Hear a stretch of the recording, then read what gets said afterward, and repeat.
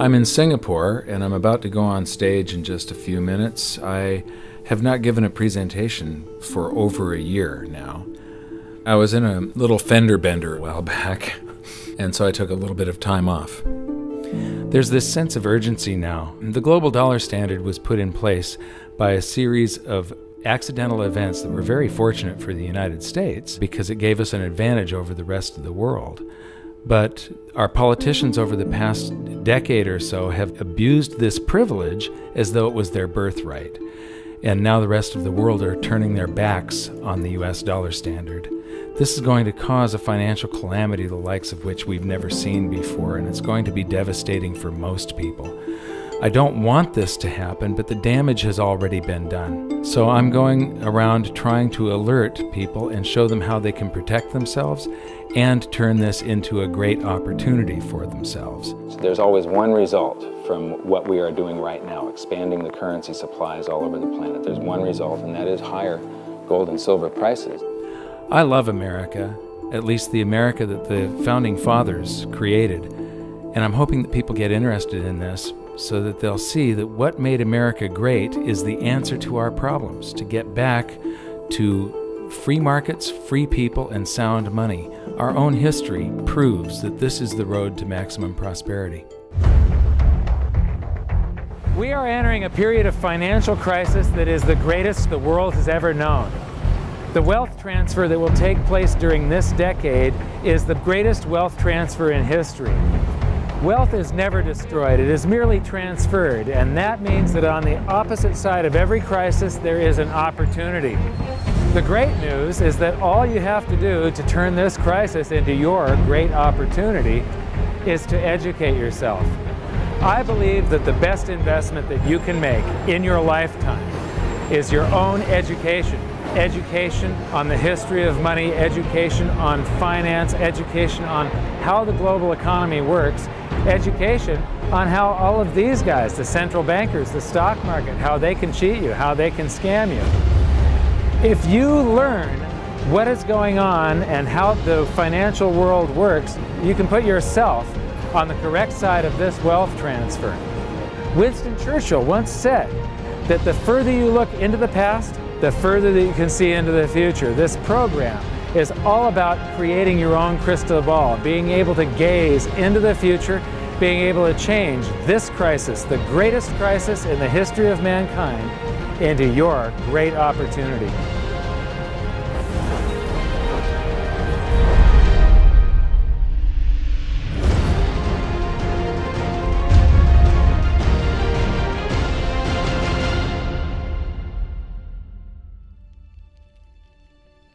I was born in Salem, Oregon in 1956, and we moved to California when I was 4 years old in 1960.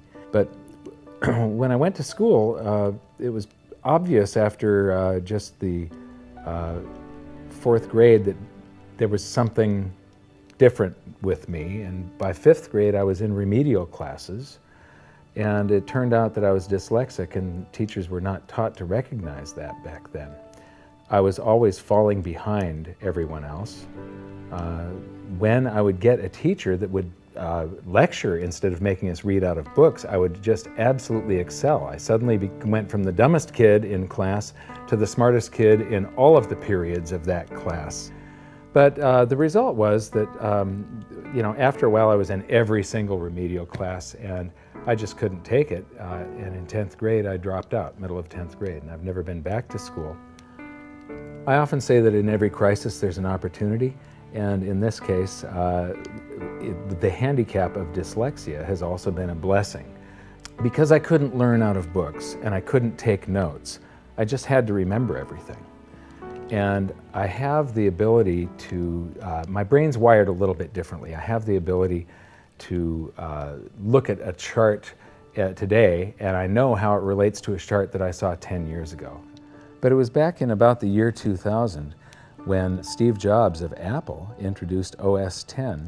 The world of books opened up to me. Built right into the operating system was a text-to-speech program. Now I could just have an assistant slice and scan my books and turn them into text and email me, and then all I have to do is highlight the text, press a button and the computer reads to me. People are turning to assets that will keep their value if prices rise. So much money has been pumped into the system that people are worried about inflation down the road, said Bruno S. Frey, professor of economics at the University of Zurich. So dyslexia is no longer a problem. But what it's also done for me is I have the ability to explain complex things to people in a simple manner for some reason. And so I sort of made it my mission to try and wake up the middle class, to let them know how the monetary system works, to let them know that there is a major economic calamity coming sometime down the road, and it's most likely within this decade that we're in right now. The US dollar is about 60% of the value of all the currency on the planet, and more than half of the dollars reside outside the United States. The reason every country has US dollars is, first of all, that's what central banks use as a reserve currency.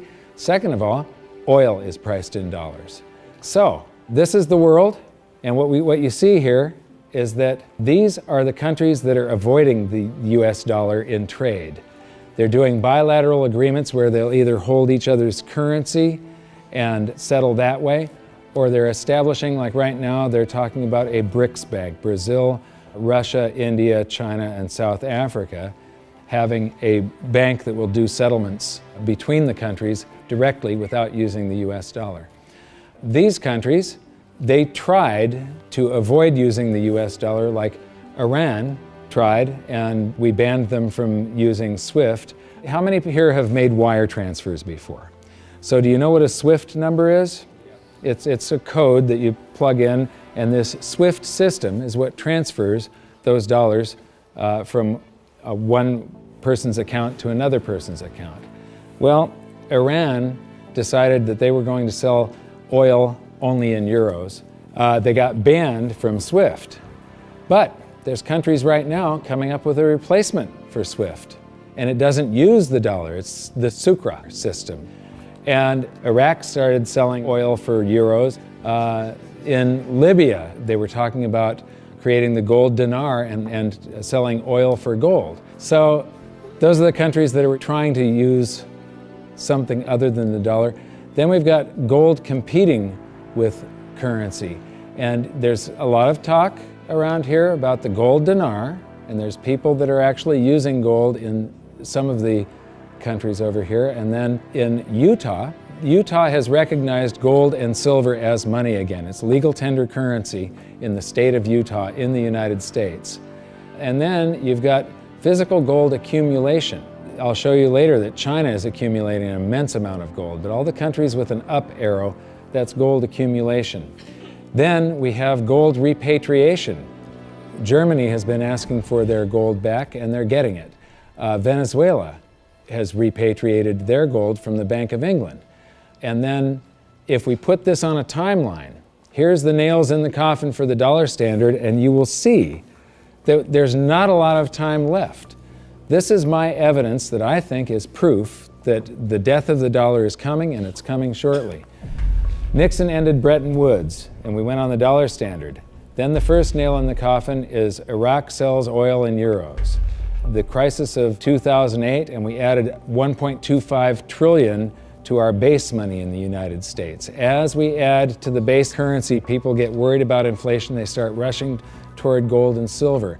Iran ends oil sales in dollars, and they're taking commodities in trade for oil. They're taking, in Turkey, they take the local currency and then buy gold in Turkey and export the gold to Iran. So they're basically selling oil for gold.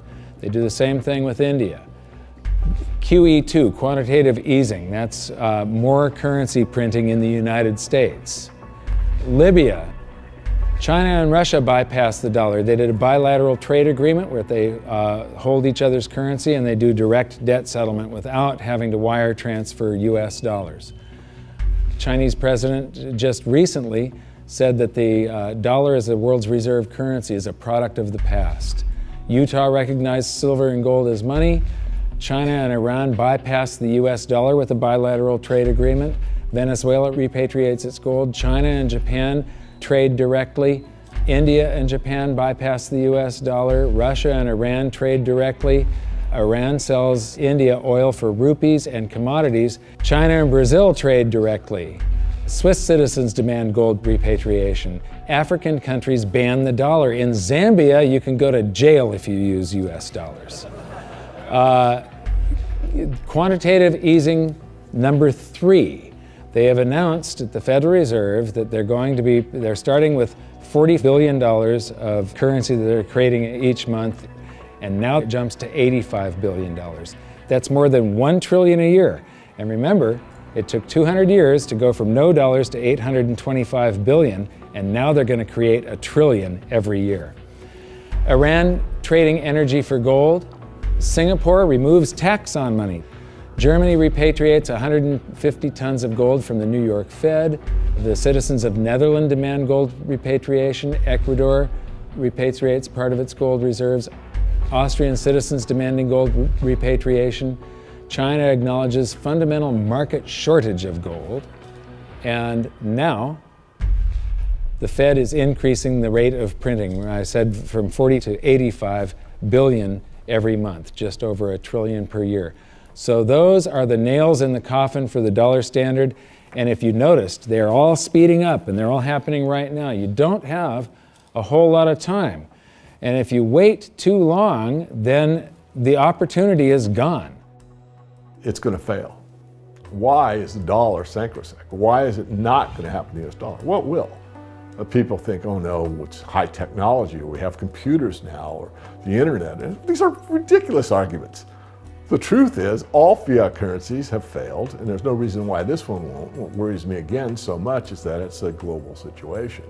And so it's going to cause problems on a global basis. And it's a trust breaking down. And you're already seeing the trust breaking down, as I said earlier, because you're seeing different countries exchange directly with each other's currencies, circumventing the dollar.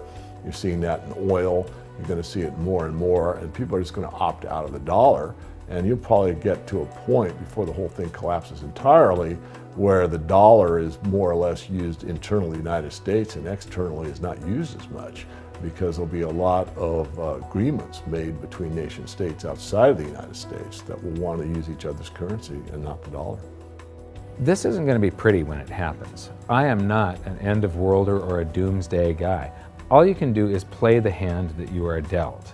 If we go to a new monetary system, and I think it's absolutely inevitable, there's just too much energy built up in this one that has to release. It has to come crashing down somehow.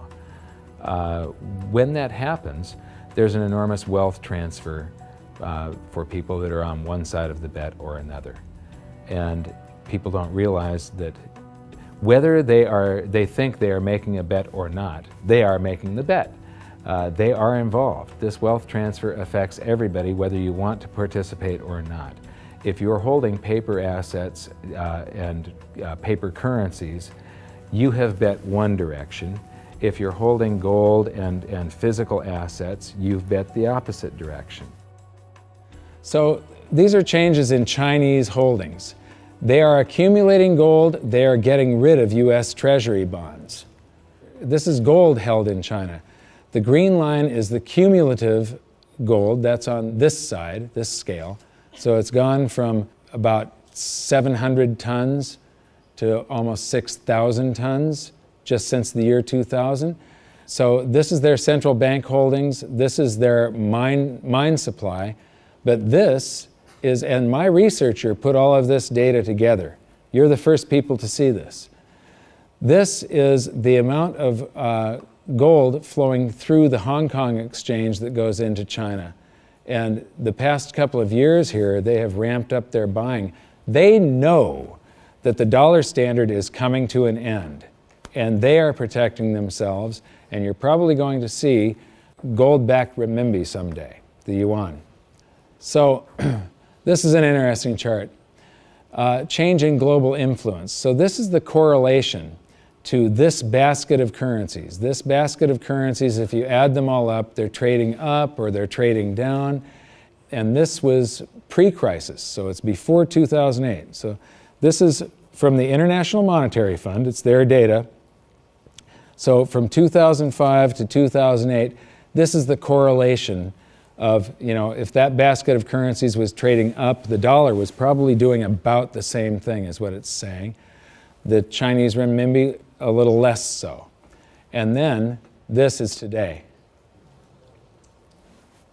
The US dollar is done for.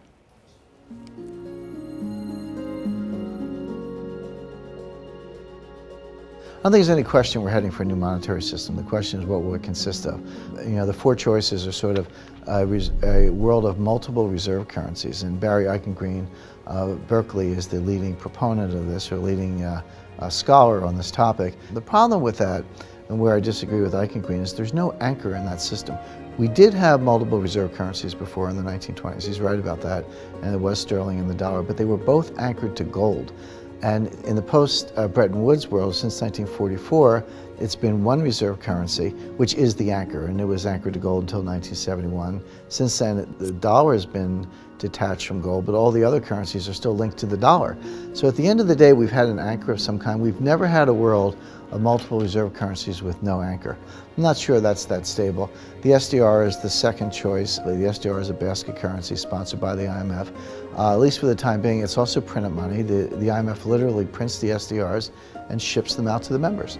And their reserves go up, exactly the way the Fed creates money and bank reserves go up. But it's not backed by anything. Third choice is gold, some variation on the gold standard. And the fourth choice is what I call chaos, which is that nobody does anything. There's a lot of wishful thinking, there's a lot of denial, there's a lot of delay, and we get to the point where people just totally lose faith in paper currencies, go to hard assets, and we have a sequential collapse of paper currencies around the world, at which point governments will have to react with emergency measures. And that could include coercion, confiscation, various sorts of freezes on paper assets. It could be a lot of things in that scenario. So to me, it's multiple reserve currencies, SDRs, gold, or chaos. I favor gold, but I fear that we may get chaos. I've talked about every 30 to 40 years the world has a new monetary system. And the thing is that over the years, governments and the banks have basically screwed us more and more and more.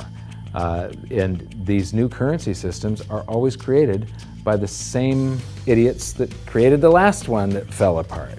It's the big banks, it's the central banks, and it's governments that are creating these new systems each time. And each time, the system they come up with is a system that cheats the population more and enriches the government and the banks more. It's a system that transfers wealth at greater and greater speeds. This one is going to fall apart just like all of the others. There's a difference this time, though. There's the internet. People are connected all over the world. Information is spreading, and people are getting educated. So I'm hoping that we go back to gold. Not a gold standard. Gold standards suck. I did a video on that. With a gold standard, there's supposed to be a certain amount of gold in the vaults for each unit of currency. In other words, it's a 1-to-1 ratio is the way it started.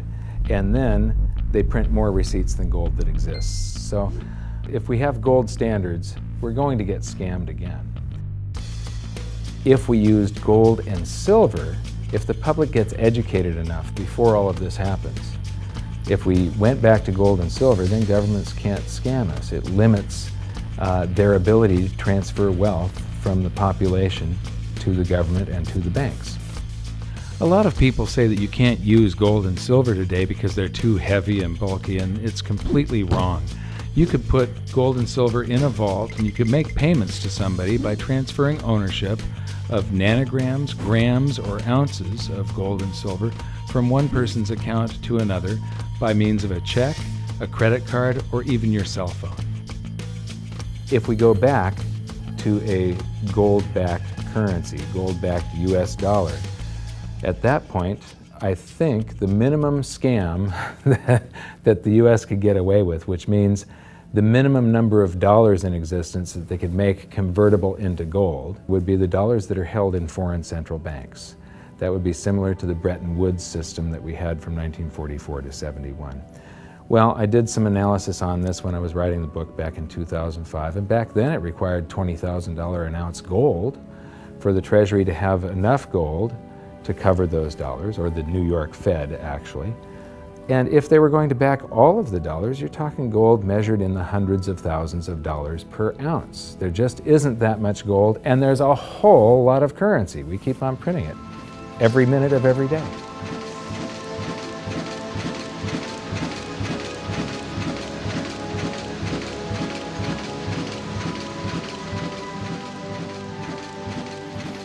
This is gold and how it accounts for a currency supply. This is our base money in the United States, which was gold back here from 1900 until the Federal Reserve. The amount of currency in circulation in gold were the same. And then we established the Federal Reserve and we inflated for World War I, and we had more currency in circulation than we had gold to back it. There were some bank runs in the 30s. Then Roosevelt unpegged the dollar from gold, and gold's value rose from $20 an ounce to $35 an ounce. And when it did, the value of the gold held at the US Treasury rose to meet the value of all the currency that was printed in the meantime. Here's the same chart again, but now I'm taking it out to 1971. And what you see is these gold inflows during World War I. During World War II, it's another 117% gold increase. This is what made the United States a superpower. It's all financial. It isn't our war machine necessarily. It's all the gold inflows that we got because everybody else was at war and we were isolated from it. And they had to pay us for all their consumer goods and so on. And then we jumped into the war and we inflated. And then in about 1959, countries started figuring out that we didn't have all the gold. You know, we were printing more dollars than gold that we had to back it. And under the Bretton Woods system, they could go to the New York Fed and turn in their dollars for gold at $35 per ounce. Only foreign central banks. Individuals couldn't do that. So gold started flowing out, and the US lost 50% of its gold from 59 to 71. And in the meantime, we kept on printing currency. If this had continued until it got down to zero, if there was one more dollar out there that laid claim to gold, that came in and said, we want our gold for a currency, and there was no gold to back it up, the entire world monetary system would have come crashing down. So Nixon had to take us off of the Bretton Woods system, the last vestiges of the gold standard in August 15th of 71. So here's the same chart again. There's the first chart and the second chart to 71, and now I'm taking it out to 85, and I'm adding a second line here.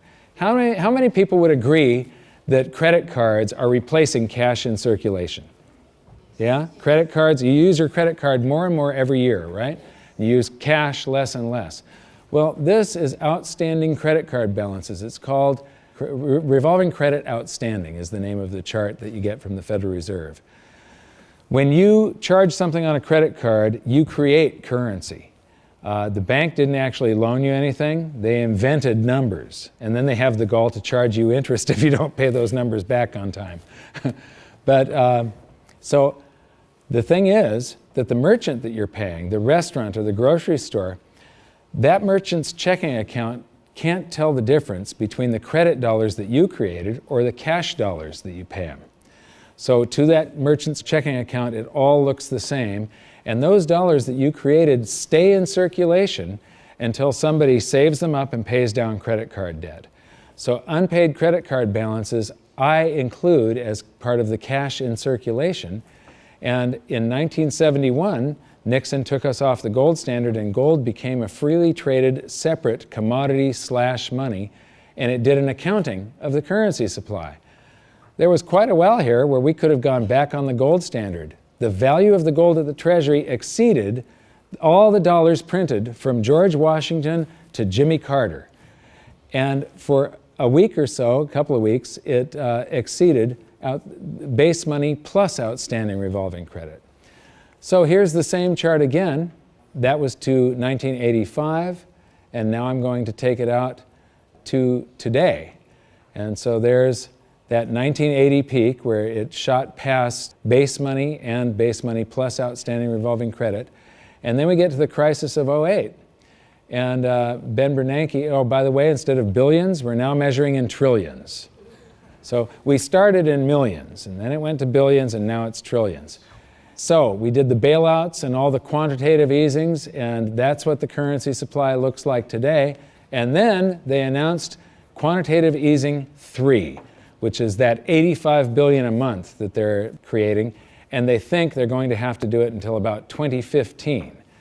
So here's the projection for gold covering the currency supply today would be $13,400 per ounce gold, for history to repeat and for gold to do the same thing that it did in 1934 and in 1980. And believe me, it shocked people in the 1970s. When gold was $35 an ounce and Nixon took us off the Bretton Woods system, all the economists were predicting that gold was going to go down because now there was going to be no more monetary demand for it. Anybody that said gold was going to go to $100 was considered an absolute lunatic, and it went to $850. It rose 24 times its price. Well, when I wrote my book, we were right here with base money. So base money plus outstanding revolving credit. It took about $6,000 an ounce for history to repeat.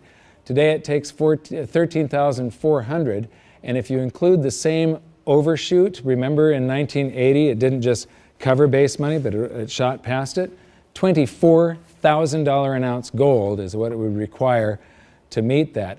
Except the Fed has announced that they're going to keep on printing currency until there's lower unemployment and the economy gets back on track. And they think till 2015. So the projected price, according to the Fed and history repeating, if the Fed does this and then history repeats and gold, the public gets afraid of what the Federal Reserve is doing, and they rush toward gold and silver to protect their purchasing power, gold would have to rise from there to way up here, and that is $26,000 per ounce gold to cover. If it does the same overshoot, we're talking about $47,000 an ounce gold. Now, I don't even like to measure gold in dollars. If you measure it in a price doesn't mean anything. It's the value. How much can you buy with the proceeds?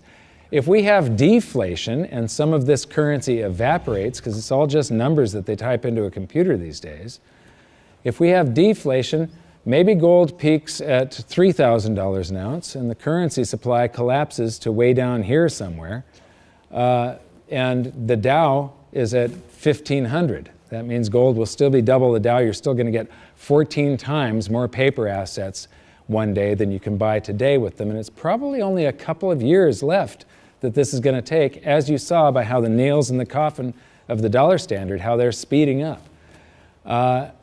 If we have big inflation and the Dow goes to 30,000, maybe gold will be 60,000 an ounce. And if we have hyperinflation, the Dow would be 30 trillion and gold would be 60 trillion. It doesn't matter. In any case, gold would buy you 14 times more paper assets than it does today. So these are the global assets. Here's the bond market. Here's the stock market. This is the value of real estate on the planet. And these are bank deposits, and there's gold. Now, that little slice of the pie is going to get a lot bigger in just the next few years, and it's not going to do it by a whole bunch more gold just appearing. It's going to do it by the price of other assets going down, or at least their value going down, and the value of gold going up. So the price of gold will change. That piece of the pie is going to grow. It was a lot bigger back in 1980 when gold was at $850. It's going to get a lot bigger today again, but today, as you've seen, it requires far, far higher prices. So, the death of the dollar standard. How many people here believe that I'm sort of predicting what's going on in the future here? You can see that there's a new world monetary system coming. It happens every 30 to 40 years, except this time, instead of a baby step off of gold, we've got to go from nothing back to something. It's going to be a worldwide convulsion, the scale of which has never been seen before. At the end of the day, the fundamental driver of gold, it's not so much that gold's in a bull market, it's more the dollar's in a bear market. And people say, well, how high can gold go? And my answer is, well, how low can the dollar go? The answer is the dollar can go to zero. If you divide any number by zero, the answer is infinity. So gold can go to infinity if the dollar goes to zero. Now, in the real world, something else will happen. It's not that gold becomes worth infinite number of dollars. It's more the case that the dollar just falls off the stage. The dollar gets the hook, so to speak, and you'll count gold in dollars to 5,000 to 10,000 to some point, but there will come a time when you won't count gold in dollars anymore because dollars won't count. People won't want dollars. There is so much opportunity in crisis, it is absolutely extraordinary. That's just not me saying that, that's just history. You read any amount of history, and I don't mean last week, I mean real history. You know, in times of crisis, it's when huge fortunes were made. Times of crisis, it's when human beings create and develop newest technologies and newest science and new medicines. In times of crisis, there's so much opportunity as long as you can remain calm, get educated, be resourceful. The challenge for most people is that in crisis, they go into crisis mode, which means they go into scarcity, they go into lack, they go into blame, and none of those emotions are resourceful for helping you solve whatever challenge is in front of you.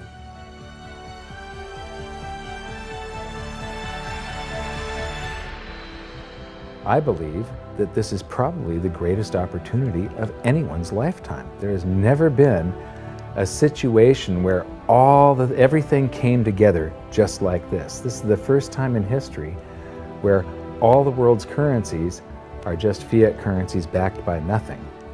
And if what I think is going to happen happens, this is the greatest wealth transfer in history. It's the greatest opportunity, and it'll never happen in our lifetimes again. So now we've learned the following hidden secrets of money. There is a global loss of confidence in the US dollar that is accelerating rapidly. The change to a new monetary system is inevitable and will most likely be chaotic. Gold standards do not work over long periods of time, but gold itself does. The public contributes to the massive amounts of currency creation by using credit cards and signing loans. Gold has already accounted for the expansion of US dollars twice in the last century and may likely do so again. So that's it for this episode. I thank you for watching, and I hope you enjoyed it. I know I threw around a bunch of astronomical prices for gold someday in the future, but it isn't the price measured in dollars, it's how much is its value, what is it worth, how much stuff can it purchase. The price measured in dollars, or any currency for that matter, is just a bunch of numbers, and it really doesn't mean anything. There are numbers that are created by the world's central banks, by the commercial bank system, and we're forced to transact in these currencies. But in our next episode, we're going to clear away the smoke screen of national currencies and show you how the world monetary system really works and how all national currencies have to continue losing value. It is not possible for them to maintain purchasing power over any reasonable period of time. As for the golden nails in the dollar's coffin, it's only been a short while since we filmed the presentation in Singapore, and already there are more of them. So for an update, visit hiddensecretsofmoney.com, and in your free information toolkit, there's an exclusive presentation on the latest developments of the golden nails in the dollar's coffin. Now, I know this episode was kind of serious and it might have you upset right now, but believe me, it's not all doom and gloom. As I've said many, many times before, there are these brief moments in history where the safest asset class, the safe haven investment for the last 5,000 years, also becomes the asset class that has the greatest potential gains in purchasing power, and I have bet my life on it. First, I became an investor back in 2002, and then I started telling everybody about it. I started warning them what was going to happen with the world economy and how to protect themselves, and I made it my mission to educate as many as I could. So in 2005, I wrote my book, and then I gave people a means to protect themselves and opened up goldsilver.com. I believe that my team and I have created the world's best precious metals dealership, because we don't just sell gold and silver, we are gold and silver investors. And what we want to do is help you understand how to get through what is coming, to protect yourself, and to turn all of these bad things around to your benefit. So if you decide that precious metals are for you, please visit goldsilver.com. We'd love the opportunity to become your dealer because we feel that we are more than a dealer. We're a partner with you, and we're on the same side of the fence as you. So thank you very much. Good luck. We'll see you at the exclusive presentation at hiddensecretsofmoney.com. Thanks. you think this is a man in the lifeboat situation? Let me ask you this. If you knew the Titanic was going to sink and you were on the Titanic, you know there's going to be a lifeboat situation coming up soon.